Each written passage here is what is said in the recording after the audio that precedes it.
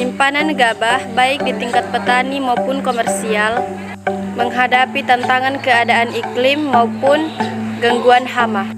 Masalah utama kerusakan mutu yang disebabkan oleh absorpsi uap air dan hama serta kehilangan stabilitas dari benih. Studi ini menghadapi sistem penyimpanan gabah secara hermetik baik untuk konsumsi maupun di tingkat petani dan laboratorium. Tujuan utama adalah untuk mengamati pengaruh penyimpanan hermetik padi dan benih terhadap kehilangan secara kualitas maupun kuantitas. Beras merupakan salah satu bahan makanan utama dalam kehidupan kita. Komposisi nasi atau beras sebagai makanan yang kita konsumsi setiap hari begitu dominan, yaitu sekitar 70%. Ketersediaan makanan ini senantiasa dibutuhkan oleh tubuh kita untuk meningkatkan kualitas kesehatan maupun hidup kita. Namun, seringkali kita menemukan adanya gangguan kesehatan justru disebabkan oleh beras atau nasi yang kita konsumsi. Adapun prosedur kerja perawatan gabah, yang pertama penjemuran, kedua siapkan alas atau terpal penjemuran atau bersihkan lantai jemur. Yang ketiga, jika cahaya cerah dan matahari muncul, segera gabah dihamparkan dan diratakan dengan ketebalan 5-7 cm. Penjemuran gabah dibalik setiap 1-2 jam sekali. Penjemuran gabah dihentikan sampai kadar air gabah mencapai 14%. Gabah dikemas dalam karung dan diistirahatkan selama 1 malam. Lalu pengeringan dan penggunaan zat higrokopis atau garam. Kemudian siapkan kotak kubus yang terbuka pada 2 sisi yang berlawanan. Lalu kotak diisi 50 kg gabah basah. Dicampurkan dengan 0,5-1,0 kg garam dapur sampai rata. Gabah kemudian dikemas dalam karung plastik. Lalu karung ditumpuk di atas plastik dengan diganjal balok kayu.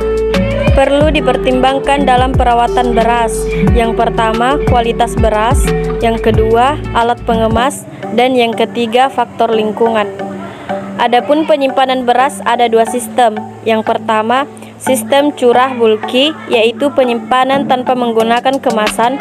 Yang kedua, sistem kemasan atau packing, yaitu beras dikemas, misalnya dalam karung, kantong plastik kapasitas 10 kg, 25 kg, sampai 50 kg, baru disimpan dalam bentuk tumpukan.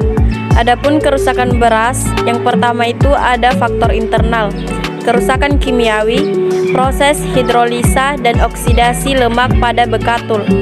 Dan yang kedua ada faktor eksternal, kerusakan mikrobiologis karena serangan jamur, gabah berwarna hitam, beras yang dihasilkan kusam kehitaman, kerusakan biologis karena serangan serangga atau sitopilus, gabah dan beras berlubang dan bau.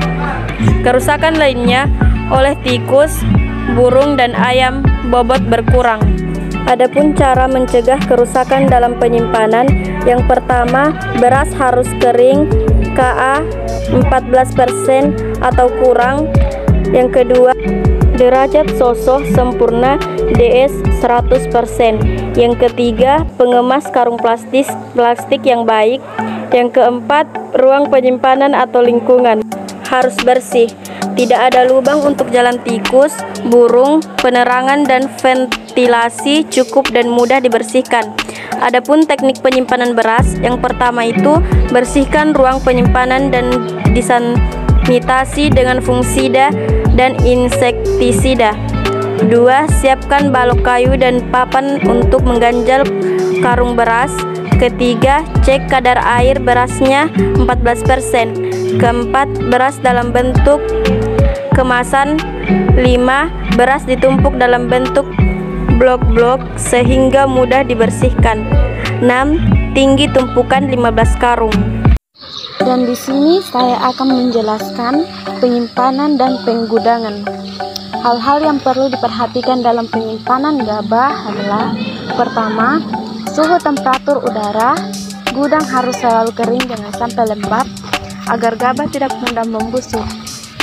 2. Gudang penyimpanan harus kuat dan aman dari jangkauan binatang.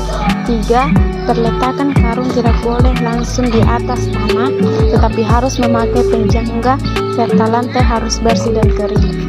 4. Karung harus ditumpuk dengan pola tertentu dan tidak boleh menempel pada dinding gudang. 5. Gabah harus selalu dipelihara agar tahan terhadap lama dalam penyimpanan, karena lama penyimpanan akan berpengaruh terhadap kualitas gabah yang dihasilkan. Penyimpanan beras dilakukan setelah penggilingan sebelum beras tersebut dikonsumsi.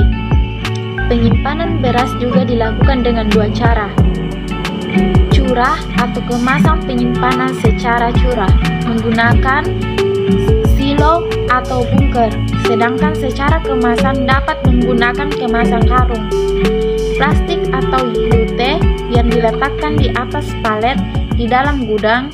Dalam penyimpanan beras juga dilakukan aerasi, fumigasi, dan monitoring suhu serta monitoring kualitas beras.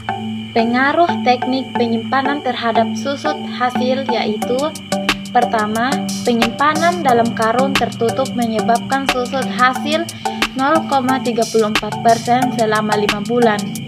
Kedua, penyimpanan gabah dalam keadaan curah menyebabkan susut hasil 0,58% selama 5 bulan. Ketiga, penyimpanan gabah basah kadar air 26% yang dicampur dengan garam dapur 2% dapat tahan selama 70 hari dengan kerusakan 1% dan